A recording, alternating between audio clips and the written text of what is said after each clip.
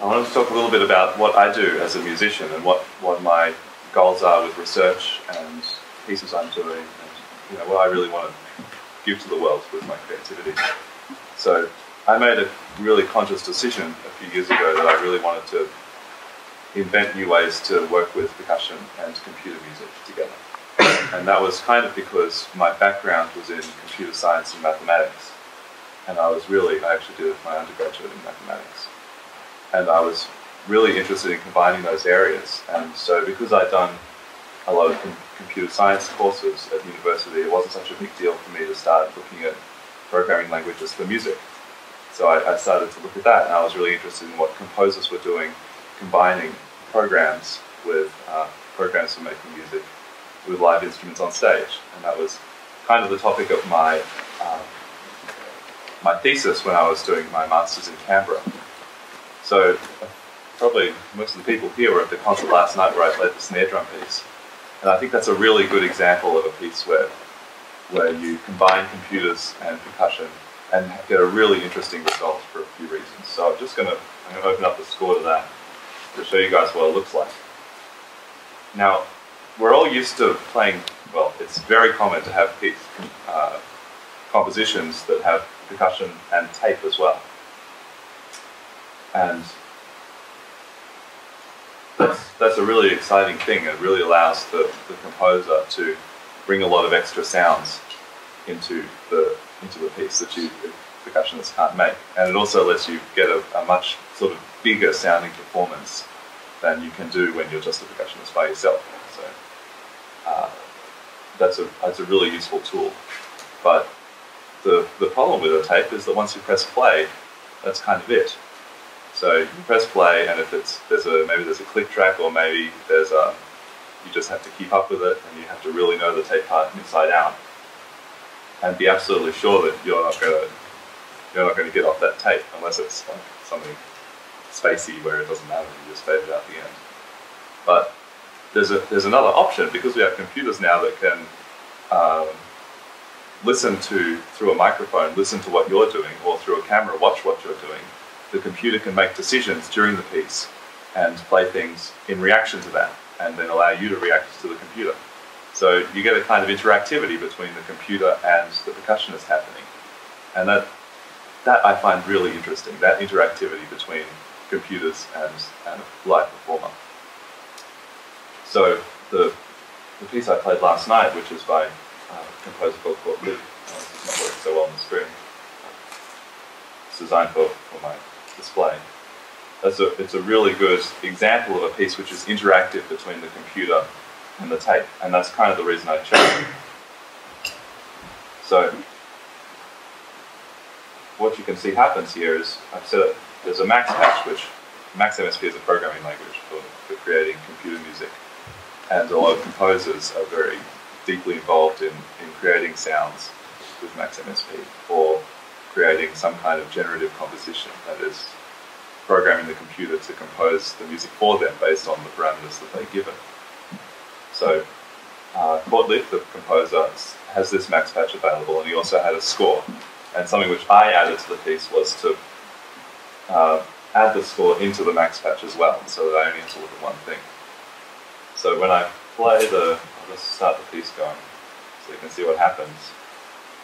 Okay, here's the first section. So there's it's section 1, you can see that. There's a little note at the top of caution, amplitude extremely high, so don't screw up. Don't play it too loudly. At the bottom there's a red bar going across the screen, which is the time for this section. So the piece has 30 sections, 30 cells, and here's the score for this cell. It says it's 30 seconds long, and you're supposed to have the snares off, and you get these kind of options of things to play. So here's the second section's come up now. And in each of these sections, the interactions that the computer has are different. So he set it up so that, maybe in one section when I'm playing, every time I play a note, the computer listens to the volume of the microphone, and in response to a high volume, it starts playing a sound file in the background, like some of the groovy drums and things that happen at the end of the piece. And in other sections, there's not much computer stuff happening. It's just like reverb on the drum. Every time I play a loud note, you hear a long reverberation. And some of the really cool things he does is he has the microphone listening for particular pitches from the snare drum. So if I'm doing some kind of pitch bend, or I've got my finger on the snare drum playing with my fingers, you get different frequencies when you play in different ways. The computer listens to that, picks up on that, and some of the synthesized sounds which happen taking information from the frequencies from the snare drum. So I find that really cool. So yeah, that's music for snare drum and computer, and I find it a really exciting piece to play. And a few other people actually here know Chord Leap and have played some of his other pieces, and some other people are also interested in playing that piece. He doesn't publish, but the way you get that piece is to come out and he sends you a link where you can download the performance materials. So, I'll talk about something a little bit different. I want to tell you a little bit about some other work I've been doing with a crazy ensemble called Last Man to Die, which is my multimedia band in Australia. This was another thing I decided when I was doing my master's degree in Canberra, was that I wanted to work with other artists, not just musicians, because I found that you could also get a really interesting interaction between working, for example, with a visual artist or with an actor or a dancer, rather than just with other musicians. And the really funny thing that happens when you do performances with other artists is that you realize that everything you thought you know about performance just doesn't apply to them at all, and that they have a totally different way of seeing the process of taking an artwork and bringing it to the stage or bringing it to a gallery. So, for example, working with an actor particularly, they're just totally hardcore about their process of rehearsal and warming up and how they see themselves on stage, because there's a very strong theory of performance in theatre, which we don't have in music at all. There's no rigorous study of performance in music that everyone really learns in university. It's totally different for acting. It probably happens in opera though. there is rigorous performance practice in opera. So that was something about artist, so something about the actor in my group, and then the artist. Well, he didn't know what a performance was. I mean, he understood the concept that you'd get on stage and you'd do something and people would enjoy it. But like the fact that you know, when you're doing performance, it's undesirable to be still setting up your stuff 2 minutes before the doors are opening. Like that never occurred to him, and we had to get through stuff like that to do performances as a group. Because, you know, the doors would be open, audience would be coming in, and he'd be at his computer like, there's coding. Benjamin, what are you doing? Stop that. Anyway, so this is a long project that I had over about 18 months, and it was sort of part of my working with percussion and computer as well, because what I did in the performance is programmed and composed and recorded a soundtrack which was running off a computer, and I also performed improvisations on mallet throughout the performance. So here's my group with our crazy press shot. This was from a performance in 2009 where we were aristocratic scientists from the future. And this virtuosic interactions, this is what I was really interested in pursuing in this group, was making the interaction between the visual part of the performance, the acting, and the concept which the acting portrays, and the music, just as virtuosic as possible. So maybe I'm hitting some note on the mallet pad, or whatever I'm playing, messages are going to the computer sending messages to another computer which is running the visuals, and then some really cool visual thing happens. And so that's what I mean by virtuosic interaction. And those interactions would be working between the three people in the group. So there's me on the right, and there's the visual artist Benjamin's on the left, and the actor Hannah centre stage, as always. So yeah, we did this first work in 2008 called Cognition, which was kind of just an improvisation. We just worked together for a week and made a performance happen about something. And it looks pretty pro in this because we had a good lighting technician, but it was really ad hoc. And you know, what you can see is that I set up my stuff over in the corner. I got a drum set and a mallet pad and computer music. and there's a space in the middle for the actor to be, and the vents on the right, on the left with a camera. So the projector's really dark. Projectors are always way darker than you think they're going to be, especially when you're putting up photos of performances. It's really hard. Yeah, so that was our first piece, and then we moved on to this something more cohesive the next year, which is where we had the aristocratic scientist outfits. And this was something which ended up being more like a play, and that didn't really work for me because I'm not an actor, so delivering lines that are written in a script, that wasn't going to work. I may as well ask the actor to start coming up and playing vibraphone. I mean, she kind of can see what I'm doing. You pick up the mallets and you hit stuff, right? But there's like 10 years work in there, which has to be important for some reason. And the same for me, right? She has been an actor for 10 years. She's a very good professional actor. And I can't just read a script and say things and be as good as she is. So kind of making it a play was a bad idea, and we found that out by actually doing a performance and inviting people to come. That's something I'll talk about later. I think it's really important to learn by doing performances and to do prototypes. So here are some cool interactions that happened in this performance. I'm just going to talk about cool stuff that I find interesting. We had this computer vision surface. This was something which was really hot technology about 1 year ago, but the internet moves so fast that the hot technology of last year is like totally boring now. So we got this table which had a transparent lid, and you can see in the middle. There's a little black thing here. This is a camera. Actually, it's the same camera, which is this one right here.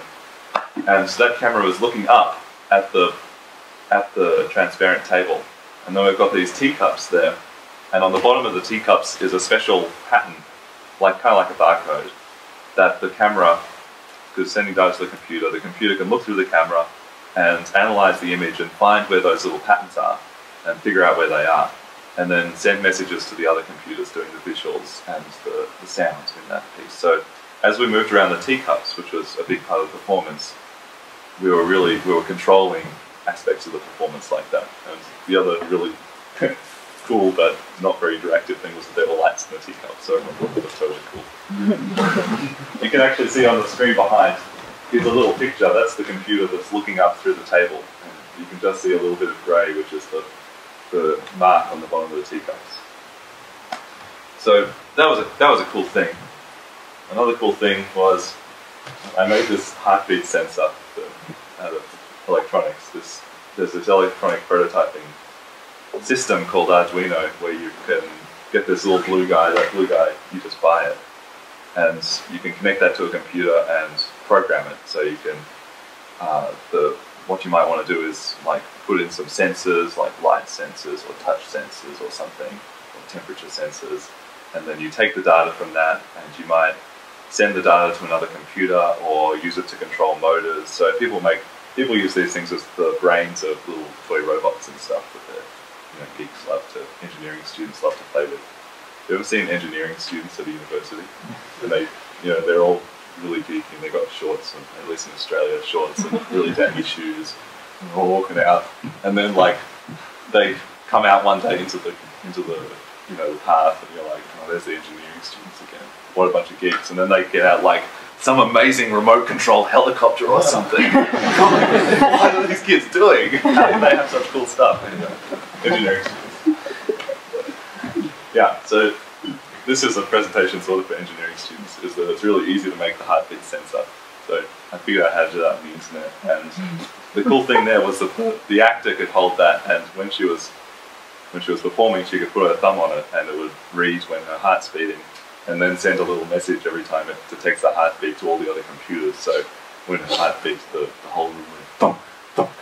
And there was cool animations. And as it turned out, her heartbeat in rehearsals was like thunk, thunk, and then performance was like thunk, thunk, thunk, thunk. Yeah. So it really works. That's the data from the light sensor. The way it works is that there's blood. Every time your heart beats, there's a little surge of blood in all of your blood vessels, which is how you are alive.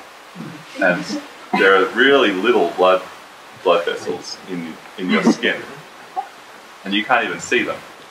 But if you, as the blood gets through, it's red, so it makes the skin a little bit darker. So what I did there is there's a light sensor and a light emitter, and if you put your thumb over it, the light emitter goes through your thumb and goes into the light sensor.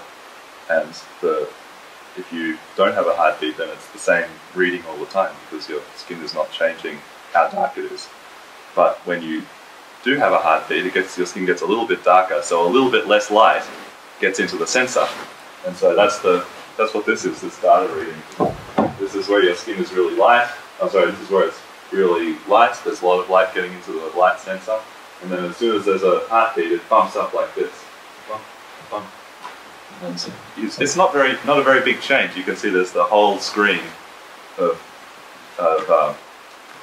the reading. It's like 0 to 1,000 or something. It's like moving by 4 points just from each heartbeat. But it's enough for the little electronics to pick up on it.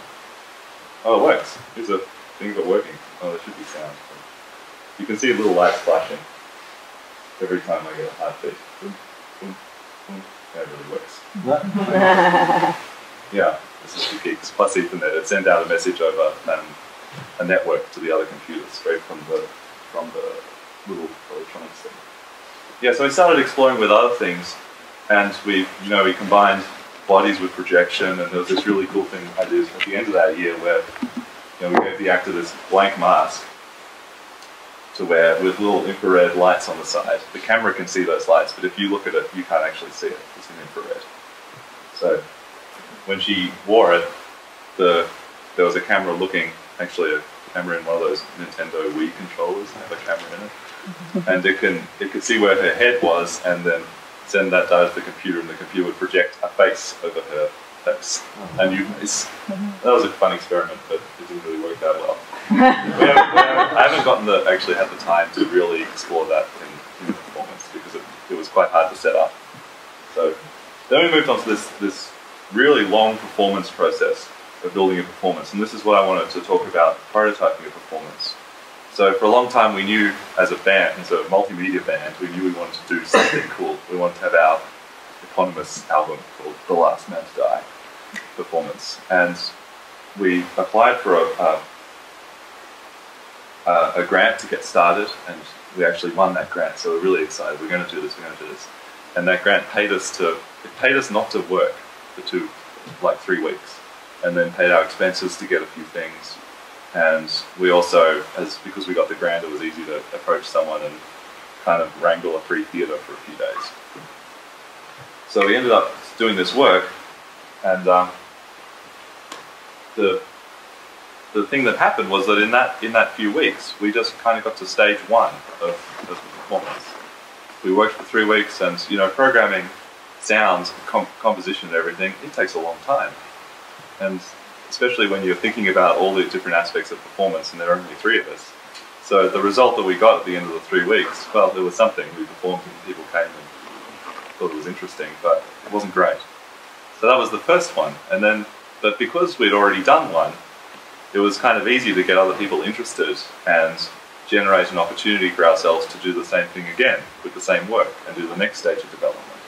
So we did it again, and we did another couple of weeks of work, and then we put on performance and built a few, we made the performance better.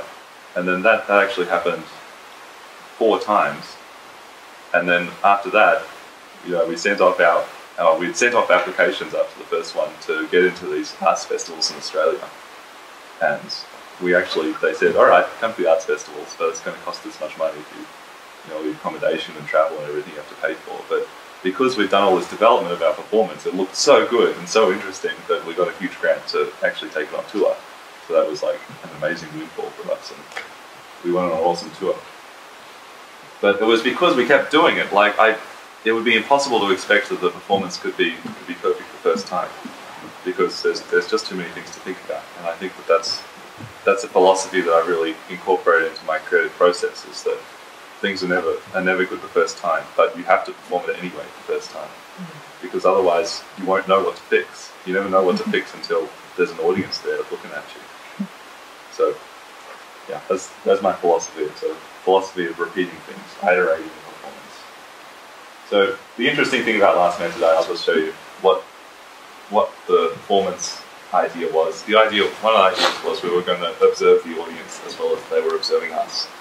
So we had cameras set up. There's Benjamin looking like some kind of explorer, observer guy. He kind of looks like an alien in that photo, so that's why I like it, because our characters were time travelers, as always. And, you know, the idea was the audience were going to come into this space and have cameras all around them, looking at their actions, and the audience's actions were going to control some aspects of the performance. And this is, you know, this, we set up cameras and these people who came to the performance, you know, they eventually worked out. We didn't really explain anything too much in the performance, but eventually people work out that if you do certain things or move in a certain way, then you could control something. And so these three ladies worked it out, and then they got really excited. A common reaction. It was really fun. And then the performance aspect of it, you know, I really wanted to keep building my idea of solo percussion improvisation. And in that performance, I just used mallet cat, which was kind of by necessity because I was taking it on tour. But for another reason, yeah, you know, mallet cat, it's only one instrument, so I don't have to carry very much. I can make a lot of sounds with it. It's efficient like that, although the sounds aren't that great compared to like a beautiful marimba or a beautiful vibraphone. But also because I had so many other responsibilities in making the performance happen, I really just needed to set up my own system in 10 minutes and then start worrying about other stuff, like negotiating with the theatre about getting new lights because something's broken or something. You know, there's always some crazy stuff that happens which you don't want to happen. So I worked out a system for performance like last July, and then I ended up using it for 6 months. And you know, I'd think about some change to my system for like 6 weeks, and then finally have a chance to actually do it, change something about the way I was doing something, because there's just so many other distractions when you're actually producing a work rather than just practicing. And this is the, you know, part of the actor's performance. She was always in front of this huge screen, interacting with the screen the whole time, which was super cool. And then we had this system for more Arduino stuff, more geeky engineering stuff. I really wanted to get some movement from the actor and bring it into the sound and bring it into the visuals.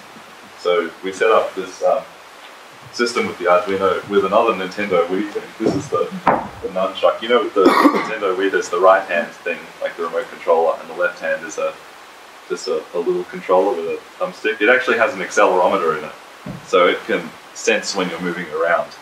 So I put that onto the actor's arm, and it was sending that data from the accelerometer to all of the other performers. And the other thing was that I put some cool lights and stuff on the actor and stuck it to her costume, and some little buzzers so that she would get a little buzz when we changed scene or something, and or if I was playing really loudly, her costume would start going like zzz, and she'd have to do something, I don't know. Yeah. So that was wearable, and we stuck it to her back like that. There's some little, you can see the little light, and there's a buzzer underneath inside her glove.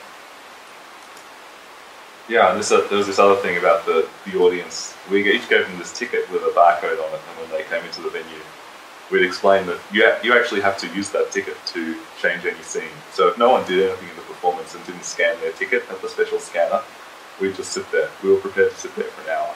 And we had to have this pact, right? Because when you're doing performances that are interactive, like, what if the audience doesn't interact? You know, what happens then?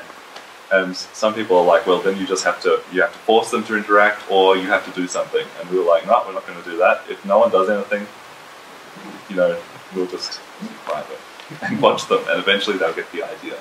And they always got the idea. Yeah, there's the little scanner. You put your ticket underneath it, and it changed the scene.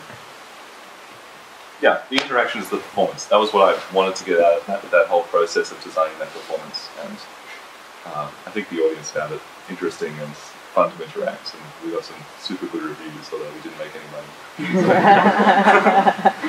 Sorry, it's not a gold mine, it was music/percussion. That was our website. You can search for us if you like. Okay, we're ready to go with Lisa's thing. Do you want to put your projector on? It is. Magic of projectors. It's not. It is sleeping.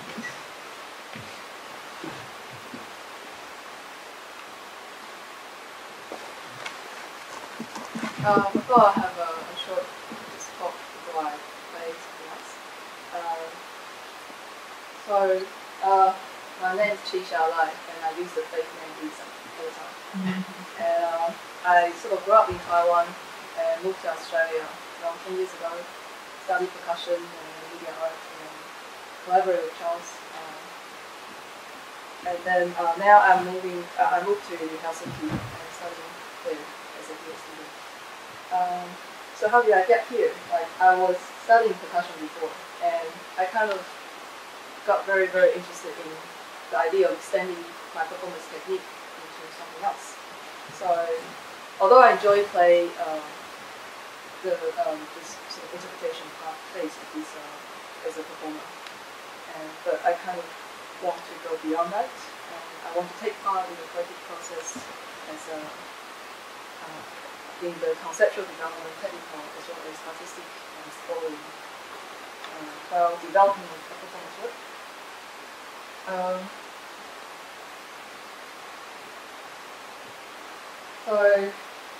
My very first project into this realm, media art, is called Hands on Stage, and it was realized in 2008. I want to combine percussion performance and media art, and I was very, very interested in exploring three parts in the performance context. That's the performance movement, sound processing, and live projected visuals. So I was thinking, what can I do? Why I have all these freedoms, and what can I do to create a project? Then I sort of I remember playing Vietnamese music particulars a while ago, and I thought, oh, why don't I just start from something really fundamental without the real instruments. Does anyone else know that, please? Yep. The secret part? Yeah, How does that work? You know this? Yeah. Okay. It was actually written score for three percussionists with interesting graphical sort of notation, with interesting notation, triangles and circles, and the performers play on three amplified tables with various techniques like scratching, tapping, sort of striking, cracking, and I kind of want to incorporate all these techniques, performance techniques, into this new project that I'm interested in developing. So I built a table. I went to the warehouse, buy the wood, chop the wood, and make a table. Kind of sort of similar to what Charles was describing, sort of like a tabletop surface with a translucent material. I have to just, let's be clear, Lisa did it first, and I stole her idea. He always steals my ideas. That's how it happens. And so yeah, I came out underneath and then tracking the shadow, and those shadows are projected on the screen. Sound I picked up with the contact microphones at the two sides, two ends, and processed in real time. And I somehow want to make this correlation between hand movements and visuals. And again, I'm using these striking, tapping, scratching techniques, as well as hand moving in the air. So I have a very short video of the demo.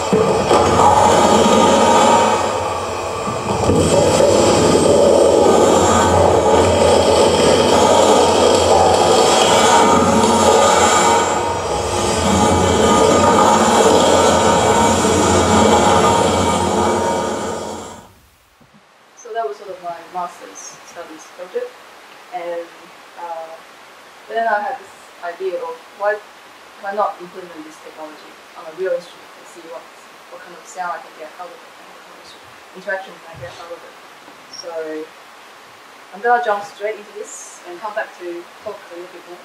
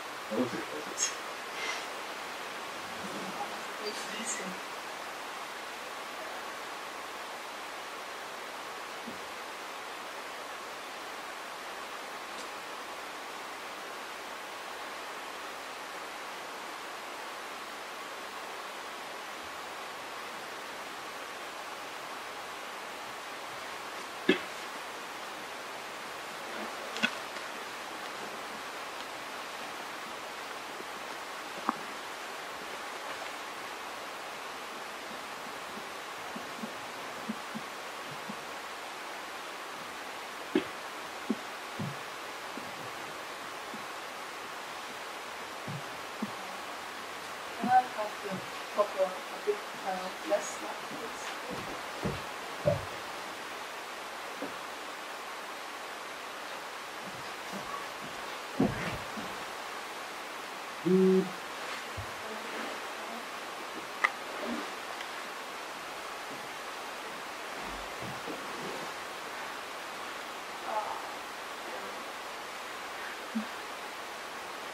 I'll continuously going to flash.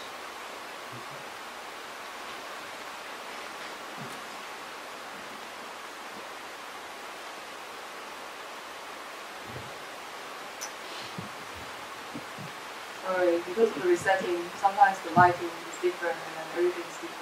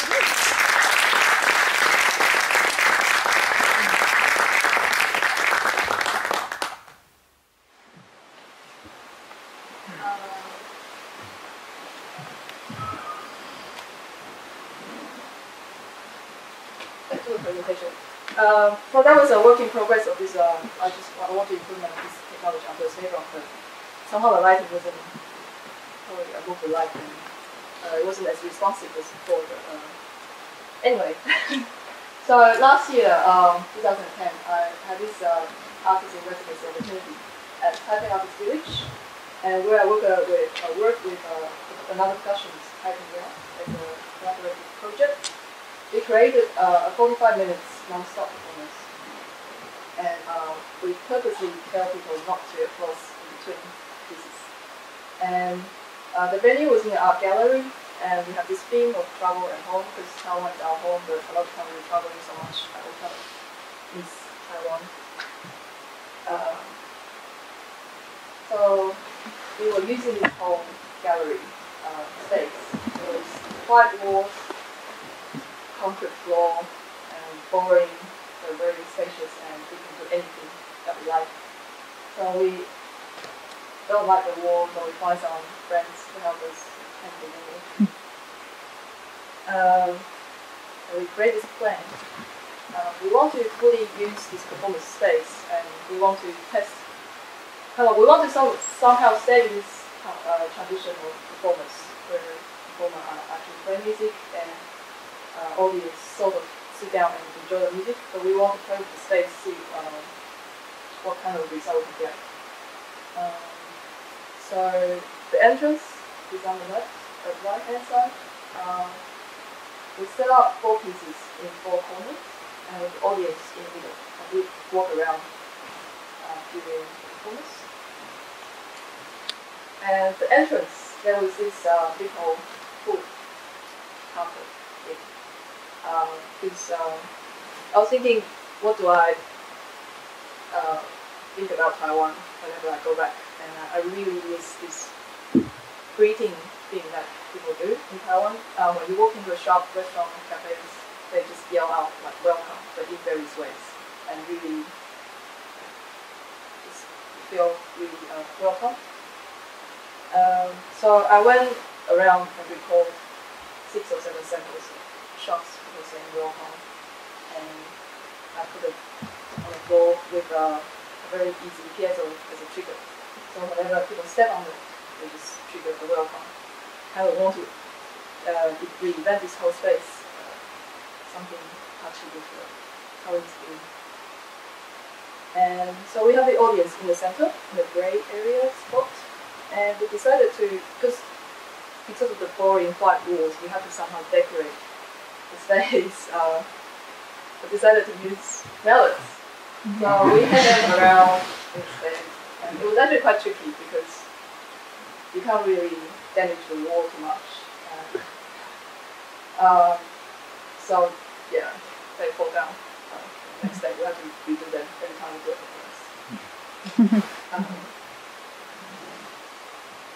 Then on the bottom, at the right hand side, the drum set, we were thinking about, we have all these instruments. Because it was a really tough 2 months residency, because we have to source the instrument by ourselves. It was not sponsored. We have to go and find sponsorship. And finally, we got these heaps of instruments that we needed for the performance. And then there's these boxes and some unused instruments. We were thinking where to put them. We put them in a corner. We decided to decorate it, and we call this installation art. And also on the back side of the wall, next to the drum set, there's this video projection. We went around sort of in Taiwan and looked for things and experienced the life there, and we just film video, a few short clips, and then we put them the short video clips. And that was my friend sitting there. But as you can see at the back, we just put the drum set there, and then we call this. We have a little, like an art gallery next to the wall. We have this little card saying, who is it by, what's this title of the work, and we just call this work. Why didn't we learn this? We just have to move stuff all the time. And then there's the 3 symbols. Actually, there's another symbol on the other side. And that's another piece. That's piece number 3. Zacmo by Chris Hauser.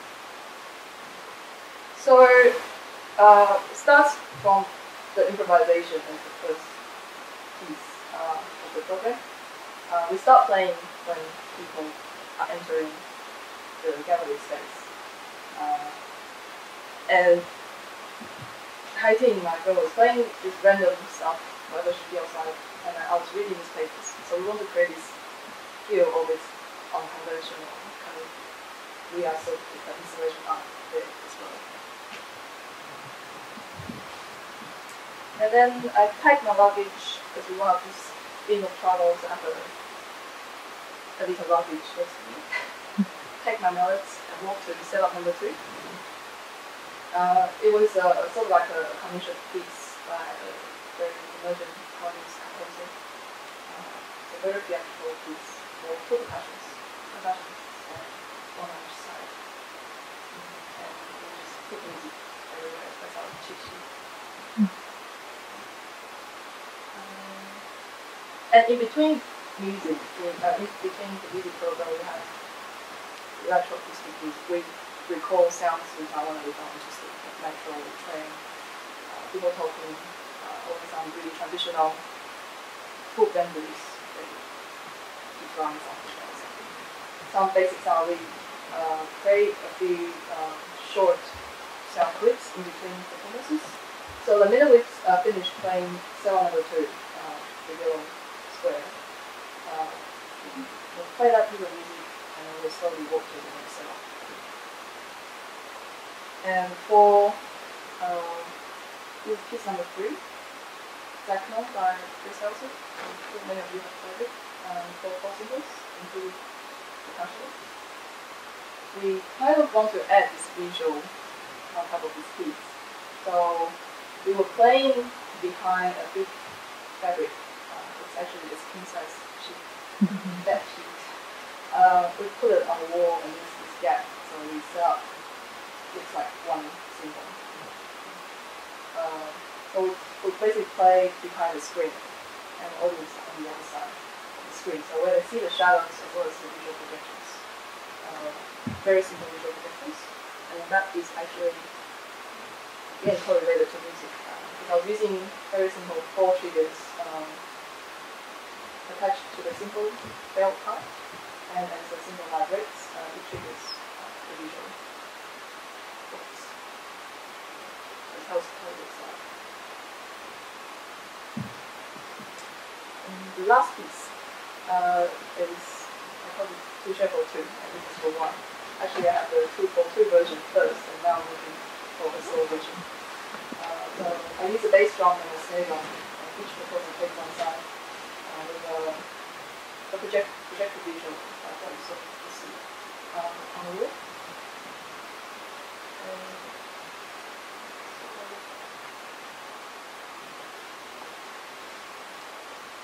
Did you use 2 projectors or 1? Yeah, I use 2. So the idea is to double everything. Okay. I use 2 projectors, 2 computers, 2 microphones, 2 everything, 2 systems, and controlled by my son. So I'm controlling everything, and she just improvised within this structure. It was quite a hassle to set up 2 projectors pointing in the same direction from the ceiling. It was a lot of work, but the effect was really good because I didn't think about that before, and we sort of improvised very last minute. When we got to the bedroom, just sort of bedroom, like, why not use 3 projectors? And we just experimented with it. It turned out to be quite a good result. And so that was work in progress. I just got here for the segments.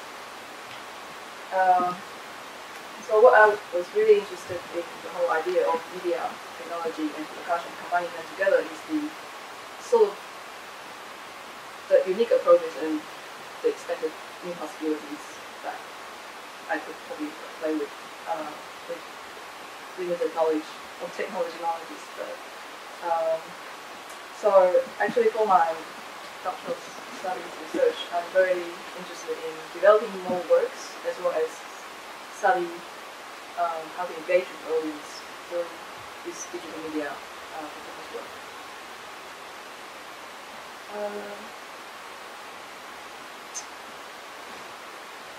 I was this and we'll talk about together quickly. And then Strike on Stage. Strike on Stage was the very first piece when we entered the room that Charles and I were playing.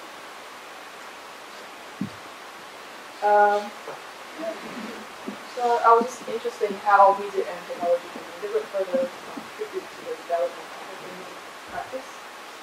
And so I'm taking this artistic practice, technical development theory, and sort of also interested in observing audience response. But this actually brings up a huge question of, by doing this process continuously in a loop, there's this problem of art and not art, like artistic intention or design focus, design in terms of a piece, a performance. But that is going to be discussed in my pieces. 3 years. Yeah, and in the media lab in Helsinki, we have these lots of workshops, and I just started experimenting with lots of ideas. What can I do with 4 glasses and electronics? So I just built small projects with busy motors, pistons, sensors, accelerators. It's fun. And this is another project, and I kind of got really interested in how can I use electronics. So this is all like augmented instrument design. And I just found a piece of string instrument in a recycle center for string viewers. So I used it and experimented with